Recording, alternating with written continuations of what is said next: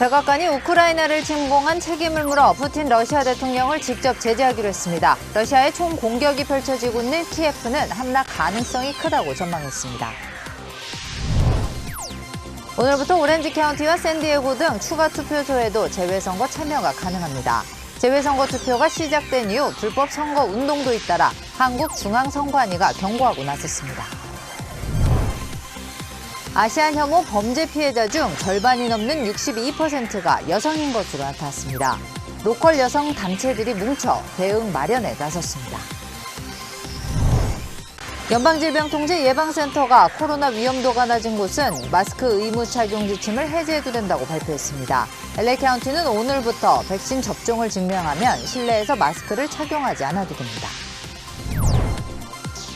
LA 지역에서 봄을 부르는 풍성한 전시회가 열리고 있습니다. 헬렌 제이 갤러리는 한국 유명 작가들의 작품을 선보였습니다. 러시아가 우크라이나와 대화할 거라는 발언에 뉴욕 증시는 이틀 연속 상승했습니다. 이 소식은 잠시 후에 자세히 전해드리겠습니다. 네, 오늘도 긴박하게 돌아가는 우크라이나 소식부터 보도하겠습니다. 백악관이 우크라이나를 침공한 책임을 물어 푸틴 러시아 대통령을 직접 제재하기로 했습니다. 러시아의 총 공격이 펼쳐지고 있는 키예프는 함락 가능성이 크다고 전망했습니다. 워싱턴에서 김수영 특파원이 보도합니다. 포괄적 대러 제재를 내놓은 지 하루 만에 백악관은 푸틴 대통령을 직접 겨냥한 추가 제재를 한다고 발표했습니다. 미국 내 자산이 동결되고 여행 제한 조치 등이 내려질 예정인데 실질적인 제재 효과를 기대하기보다는 푸틴 대통령에게 전쟁을 일으킨 책임을 묻는다는 정치적인 의미가 더 큽니다. 제재 명단에는 라브로프 외무장관을 비롯해 침공에 찬성했던 러시아 의원들도 무더기 포함될 예정입니다. The United States will join them in sanctioning President Putin and Foreign Minister Lavrov and members of the Russian National Security Team. 유럽연합 EU와 영국이 푸틴 대통령과 침공에 찬성한 정치인들을 제재하기로 합의하면서 미국도 보조를 맞추기 위한 조치입니다. EU의 제재는 러시아 고위층의 유럽 이동을 어렵게 할 것으로 예상됩니다. EU는 러시아 재벌들을 겨냥한 3차 제재도 조만간 발표할 계획입니다. 백악관은 러시아군의 총공격을 받고 있는 키예프가 함락 위기를 맞고 있다고 전망했습니다. Resistance on the ground, Russia's military continues to advance toward Kyiv, so there is that real possibility. 수많은 민간인 사상자까지 발생하면서 러시아에 대해 북한처럼 전 세계 결제망에서 빼버리는 스위프트 제재를 해야 한다는 국제사회의 요구도 커지고 있습니다. 워싱턴에서 SBS 김수영입니다. 네, 이번 사태로 피난민이 수백만 명에 달할 수 있다는 예측도 나온 가운데 이 북대서양 조약기구 나토는 동유럽에 신속 대응군을 배치하기로 했습니다. 송한욱 기자가 보도합니다. 우크라이나 수도 키예프의 하늘이 폭격으로 인한 섬광으로 번쩍입니다. 키예프 북부 발전소 인근에선 5차례 폭발음이 들리기도 했습니다. 일부 산발적인 교전이 키예프에서도 있었던 걸로 알려졌는데 영국 국방부는 러시아군 대부분이 키예프 외곽 50km 지점까지 와 있고 키예프 북부 외곽에서 충돌 보고가 있는 상황이라고 밝혔습니다. 현재 키예프 시내 모든 다리는 통제되고 있습니다. 러시아 국방부는 키예프 북서쪽의 군사 요충지인 호스토멜 공항을 점령했다고 밝히기도 했습니다. 24 февраля вооруженными силами Российской Федерации проведена успешная операция по высадке десанта в районе аэродрома Гостомель в пригороде Киева. 젤렌스키 우크라이나 대통령은 키예프를 끝까지 지키겠다며 총리, 합참 의장 등과 함께 있는 영상을 공개했습니다. 바이든 미국 대통령과 방위력 지원과 러시아에 대한 제재 강화 등도 논의했다고 밝혔습니다. Тут всі ми тут захищаємо нашу незалежність, нашу державу. І так буде й далі. Слава нашим захисникам, слава нашим захисницям. Слава Україні! 유엔 난민기구는 이번 전쟁으로 우크라이나 인접국을 중심으로 400만 명 이상의 난민이 발생할 수 있다고 경고하고 나섰습니다. 북대서양 조약기구 나토는 동유럽 지역 회원국 보호를 위해 신속 대응군을 배치하기로 했습니다. SBS 소환욱입니다. 네, 우크라이나 국경에는 긴 피난 행렬이 만들어졌습니다. 이 행렬에는 일부 남아있던 우리 한인도 포함됐습니다. 폴란드 우크라이나 국경에서 임상범 특파원이 전해드립니다. 국경 검문소부터 늘어선 차량의 행렬이 10km가 넘습니다. 며칠씩 기다리더라도 누구 하나 길을 돌리는 법이 없습니다. 전쟁터를 빠져나오는 피난민의 행렬엔 우리 국민들도 있습니다. 포성이 울리는 수도 키예프를 떠나 서쪽으로 쉼없이 달려왔지만 김도순 씨 가족은 아직도 도로 위입니다. 어디까지 오셨어요? 예, 지금 1km 정도 더 가면 국경 검문소입니다. 뭐 음식도 제대로 못 먹고 많이 피곤하죠. 차에서 앉아서 지금 26시간째 오고 있으니까. 600km를 달려오면서 전쟁의 그림자를 실감했습니다. 뭐 탱크 지나가고 군인들 지나가고 뭐 포 지나간다든지 그런 부분들은 고속도로에 아주 자주 키예프 쪽으로 다들 올라가는 살았을 군인들이 많았었습니다. 국경 검문소가 코앞이지만 아직 긴장을 늦출 순 없습니다. 폐기 상태에서 출발을 했는데 차로 네. 오면서 이 폴란드 국경이 다가오니까 가족들도 안 돌아가고 저도 좀 마음이 이제 많이 놓여 있어 가지고 지금 이제 국경 앞에서는 피곤감이 막 몰려오네요. 이제. 앞서 어제 남성 한 명이 폴란드로 입국해 우크라이나 잔류 교민은 모두 67명으로 줄었습니다. 우크라이나 한국 대사관은 폴란드 입국이 어려워진 만큼 루마니아나 헝가리, 몰도바 등 다른 입국 경로도 알아보고 있습니다. 폴란드 우크라이나 국경에서 SBS 임상범입니다. 네, 오늘 뉴욕 증시는 러시아가 우크라이나와 대화할 준비가 돼 있다고 밝히면서 상승했습니다. 다우존스는 2.51% 상승한 35,058.75로 장을 마쳤습니다. 지난 2020년 11월 이후 최대 상승폭입니다. S&P 500과 나스닥 지수는 각각 2.24% 그리고 1.64% 올랐습니다. 오늘 증시는 러시아가 우크라이나와 협상할 준비가 돼 있다는 발표가 호재로 작용했습니다. 증시 전문가들은 우크라이나 침공 사태가 이미 시장에 반영이 됐다고 분석했습니다. 네, 재외 유권자분들 투표하셨나요? 오늘부터 LA 총영사관뿐 아니라 오렌지 카운티 한인회관과 샌디에고 한인회관, 그리고 애리조나 아시아나 마케메사 등 추가 투표소에서도 투표가 가능합니다. 이사면 기자입니다. 제20대 한국 대선의 재선거가 진행 중인 LA 총영사관. 오늘 유권자 673명이 LA 총영사관을 찾아 투표에 참여했습니다. 오늘까지 LA 총영사관에서 투표를 마친 유권자는 총 2,034명으로 집계됐습니다. 재선거 첫날 655명이 투표를 마쳤고 이틀째인 어제까지는 1,361명이 투표를 끝냈습니다. 더구나 오늘부터 오렌지 카운티와 샌디에고 그리고 애리조나 등 LA 총영사관 관할 구역에 추가 투표소가 오픈됐습니다. 오늘 오렌지 카운티 투표소를 찾아 투표를 끝낸 유권자는 총 918명으로 집계됐습니다. 총영사관 측은 주말 동안 많은 유권자가 투표를 하기 위해 투표소를 찾을 것으로 전망하고 있습니다. 지난 대선 때보다 투표율이 높은 가운데 첫날 유권자 1,260명 중 655명이 투표에 참여해 6.4%의 투표율을 보였습니다. 지난 대선 첫날 투표율은 6.1%로 이번 대선 첫날 투표율이 0.3% 더 높은 것으로 집계됐습니다. LA 총영사관은 등록된 유권자는 반드시 한 표를 행사하라고 거듭 당부했습니다. LA에서 SBS 이사면입니다. 그런데 재외선거 투표가 시작된 이후 불법 선거운동도 잇따르고 있습니다. 특정 대선 후보를 지지하거나 비방하는 내용을 광고에 게재하는 건데요. 한국중앙선관위는 불법 선거운동은 선거 이후에도 처벌받을 수 있다고 경고하고 있습니다. 보도에 전영훈 기자입니다. 한국의 특정 대선 후보와 트럼프 전 대통령의 사진을 함께 올린 한 정치 광고입니다. 이 광고는 정권 교체를 위해 재외선거 투표에 참여해야 한다고 주장하고 있습니다. 한국중앙선거관리위원회는 해당 광고를 공직선거법 위반 사례로 판단하고 있습니다. 단체의 이름으로 특정 후보를 지지하는 광고를 게재하는 것은 엄연한 불법 선거운동이라는 겁니다. 선거법은 여전히 적용이 되고 있습니다. 그래서 그런 부분에 특히 조심하셔서 특히 불법 신문 광고는 가급적 좀 삼가해 주셨으면 좋겠습니다. 재외선거 투표 열기가 달아오르면서 불법 선거운동이 잇따라 적발되고 있습니다. 인터넷 그러니까 유튜브나 소셜 미디어를 통한 그 자기가 지지하는 선호하는 후보자에 대한 여러 가지 그 발언이나 활동을 할 수 있기 때문에 그런 방식으로 그런 합법적인 방법으로 하신다면 특별히 문제될 거는 없습니다.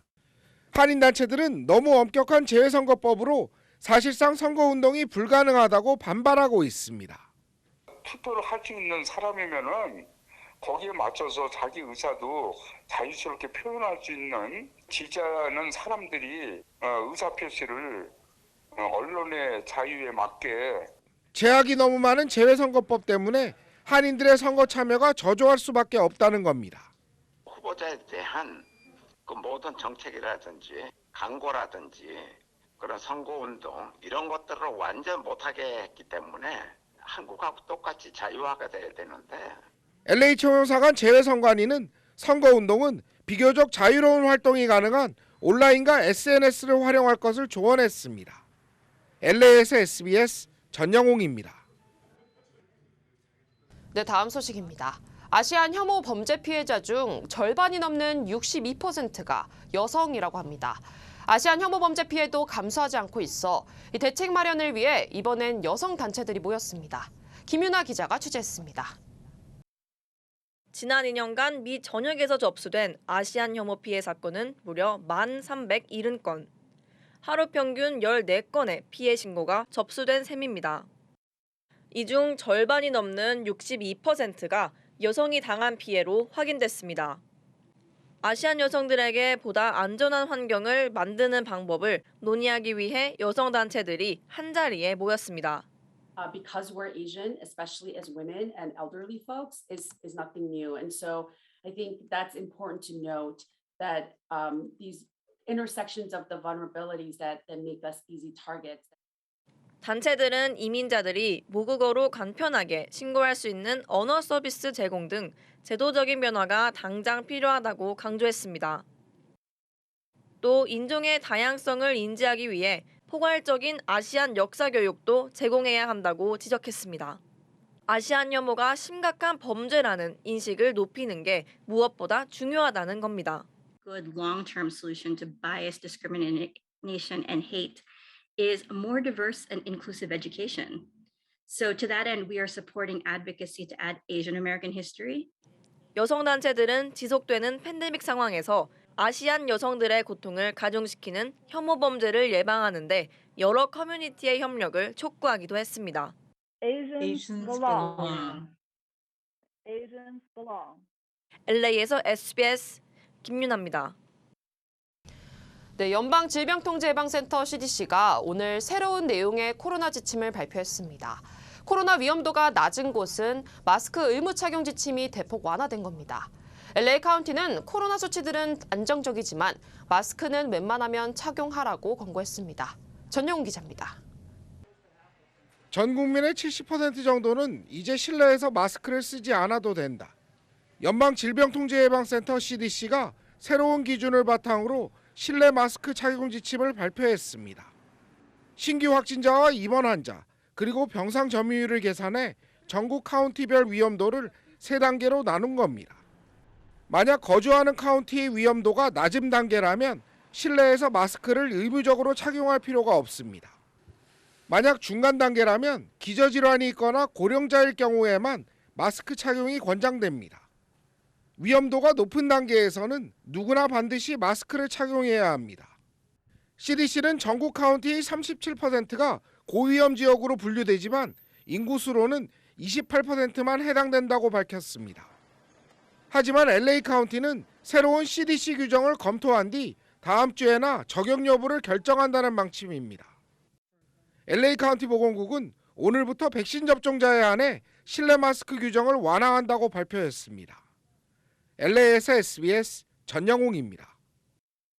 네, 문화 소식입니다. LA 지역에서 봄을 부르는 풍성한 전시회가 열리고 있습니다. 한국 유명 작가들의 작품도 감상하실 수 있습니다. 이사명 기자가 취재했습니다. 한국 현대미술 작가 4인전이 열리고 있는 헬렌 제이 갤러리. 한국 현대미술 거장인 오수환과 박소보, 그리고 신문석과 이수경 작가의 전시회가 열리고 있습니다. 한국 정서가 담긴 추상화부터 현대 조각으로 표현한 도자기 작품까지 갤러리에 전시됐습니다. 김선희 큐레이터는 LA 지역에서 한국의 현대미술을 소개하고 한국 작가의 작품성을 알리기 위해 전시회를 준비했다고 설명했습니다. 저는 이제 한국의 진짜 중요한 작가들을 소개하기로 그렇게 이야기를 건넸는데 모두가 해보자 그런 좋게 잘 되었습니다. LA 한인타운의 한 카페에서는 어린 시절을 바라본 자연 풍경을 캔버스에 표현한 전시회가 열리고 있습니다. 어렸을 때 행복했던 기억과 상처 입었던 마음을 화폭에 담기도 했습니다.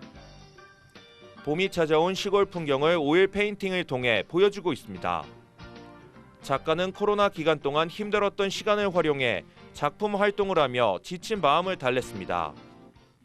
미스 유니버스 대회에 한국 대표로 참가한 김지수 씨가 할리우드 진출을 준비하고 있다는 소식도 들어왔습니다. 서구형 이목구비를 갖춘 김 씨는 한인의 역량을 나타내고 한국 문화를 널리 알리고 싶다는 포부를 밝히기도 했습니다. 할리우드에 진출해 액션 영화에 출연하고 싶다며 김 씨는 자신감을 내비쳤습니다. 제가 스포츠를 굉장히 좋아해요. 이런 액션 같은 거 좋아해서 액션 무비 어떨까 생각 중입니다. 제가 굉장히 워킹 데드의 팬이에요. 그래서 스티브 얀이랑 한번 그런 영광을 누릴 수 있었으면 좋겠습니다. 김지수 씨는 지난해 미스 유니버스 코리아 선발대회에서 최종 대상을 받으면서 세계 대회에 진출했습니다. LA에서 SBS 이사면입니다. 네, 코로나로 지친 한인 어르신들을 정성을 담은 선물로 위로하는 나눔 행사가 열렸습니다. 어제 LA 한인타운에서 열린 새봄 나들이 행사에서는 떡과 수건, 그리고 손 소독제 등 필수품을 한인 어르신들께 전달했습니다. 저희가 오미크론 확산 등으로 인해서 이런 행사를 못했거든요. 저희 서울메디컬그룹과는 가장 큰 파트너이신 휴마나 보험회사랑 같이 이런 행사를 마련하게 됐고요. 특히 그 휴마나 보험회사는 그 한인 시니어 어르신들에 대한 이해도가 그 어느 회사보다도 그 높을 정도로.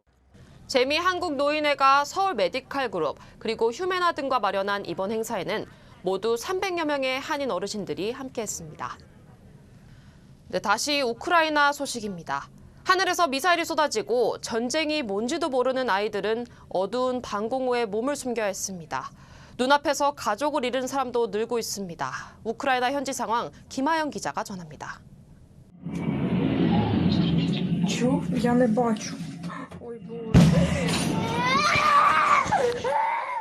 폭격 소리에 놀란 아이는 울음을 터뜨렸고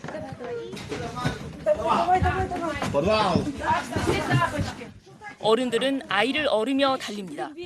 러시아군이 장악을 시작한 헤르손주 카오프카의 주민이 촬영해 보내준 영상입니다. 탱크까지 밀고 들어온 남부 항구 도시 마리우폴은 곳곳이 폐허가 됐습니다. 주차돼 있던 차량은 관역판이 됐고 건물 창문은 모두 깨져버렸습니다. 불타버린 집, 할아버지는 맨몸으로 수습에 나섰고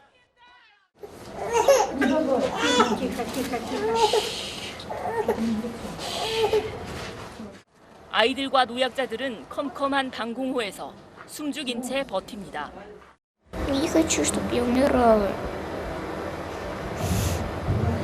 Хочу, чтобы быстрее это все закончилось. 전쟁을 겪기엔 어린아이들. Я проснулась от бабахи сегодня. Я поняла, что это война. 엄마를 잃은 아이에게 어떤 설명을 해야 할까요? Мне не себя жалко, а детей жалко. Они плачут, он просыпается и плачет, говорит: "Мама, что случилось?" 평온한 삶을 살던 이들은 갑자기 눈앞에서 가족을 잃기 시작했습니다.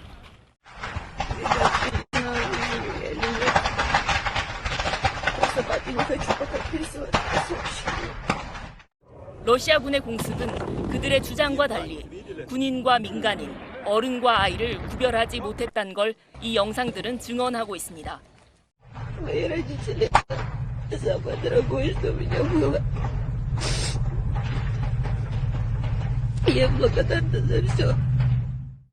SBS 김하영입니다.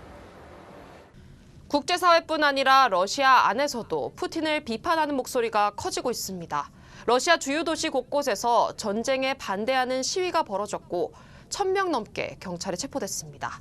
이 내용은 한성희 기자가 전하겠습니다. 러시아의 전면 공습 직후 러시아 국민들이 거리로 쏟아졌습니다. 푸틴 대통령의 도발이 부끄럽다며 러시아 국민이 전쟁 반대 시위에 나선 겁니다. 모스크바와 샹트페테르부르크 등 러시아 신황대 도시에서 목소리를 높였습니다. 푸틴 대통령을 비난하는 구호까지 터져나왔고 러시아 경찰은 1,400여 명을 체포했습니다. 반전의 목소리는 세계 각지에서 울렸습니다. Putin is a terrorist! Putin is a terrorist! 각국 러시아 대사관을 향해 분노의 목소리를 쏟아냈고 To Russians is like this is the time to stand up, to wake up, to go to protest. I know it could be scary, but this is the only thing you can do. 우크라이나를 향해선 국기를 흔들며 지지를 보냈습니다. 외국에 거주하는 우크라이나인들은 간절하게 도움을 호소했습니다. We need help. We need someone to support us. Ukraine is too small and the aggressor is too big. Sono molto preoccupata, prego, vado a letto, chiedo Dio, aiutaci. Mattina mi sveglio, chiedo Dio, aiutaci. 런던, 파리, 베를린, 로마 등 유럽 주요 도시마다 수백에서 수천 명의 시민들이 모여 평화를 지키기 위한 목소리를 멈추지 말자고 다짐했습니다. Quand une guerre commence, on ne sait jamais comment ça va continuer. Et je trouve que nous sommes dans un pont très dangereux. SBS 한성희입니다. 네, 미국이 러시아를 겨냥해 제재에 나서면서 한국 기업들도 비상이 걸렸습니다. 특히 러시아 수출 비중이 높은 자동차와 반도체, 가전업체들이 피해가 있을 것으로 예상됩니다. 전현남 기자가 짚어봤습니다.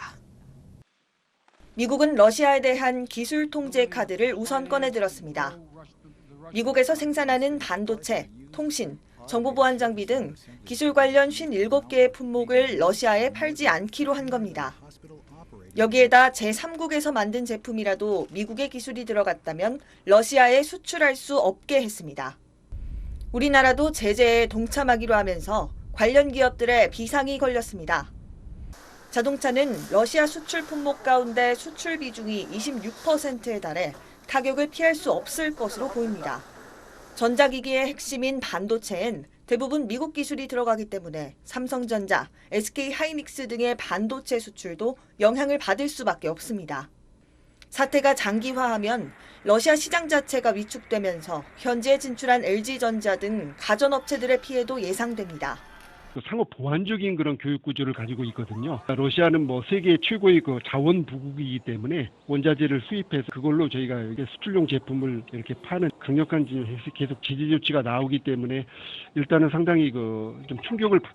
기업들은 원자재를 미리 충분히 확보했다면서도 공급망 교란이나 원자재 가격 상승에 따른 피해를 최소화할 대책을 마련하고 있습니다.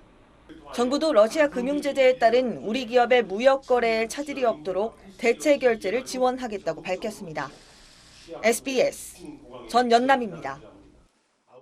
미주 한국어 교육 장학재단이 한국어를 공부하는 우수 청소년들에게 장학금을 지원합니다. 자세한 소식 이원정 기자입니다. 할리우드 버뱅크 공항이 캘리포니아주 철도국에서 진행하는 LA에서 벌뱅크 구간 프로젝트에 대한 보류를 요청하는 소송을 제기했습니다.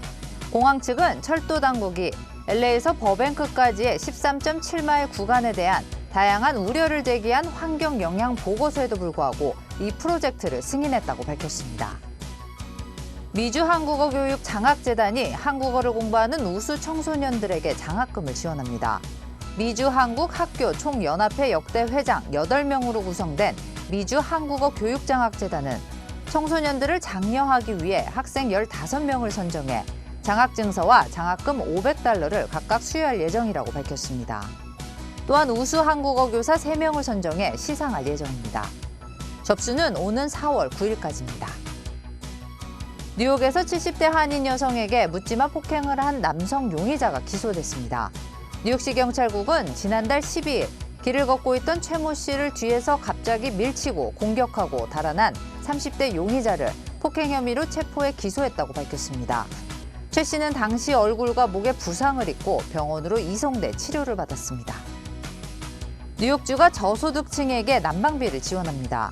캐시 호쿨 주지사는 저소득층 난방비 지원 프로그램에 6,500만 달러 규모의 예산이 남아있다며 자격이 되는 주민들을 대상으로 2차 신청서를 접수하고 있다고 밝혔습니다. 소득 조건은 4인 가구 기준 연소득 62,983달러를 넘지 않아야 합니다.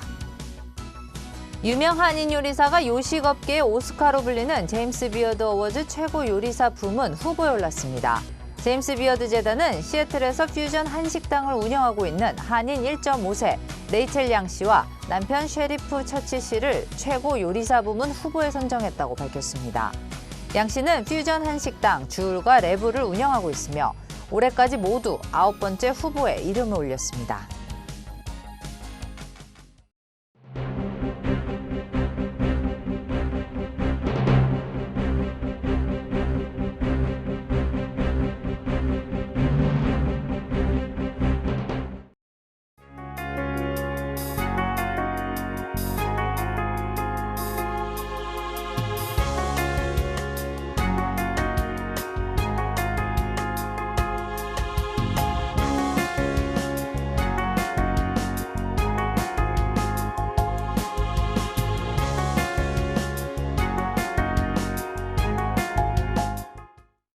(233년) 만이라고 합니다. 미국 역사상 처음으로 흑인 여성이 대법관 후보에 지명됐습니다. 바이든 대통령은 공약대로 오늘 커탄지 브라운 잭슨 연방 항소법원 판사를 대법관으로 공식 지명했습니다.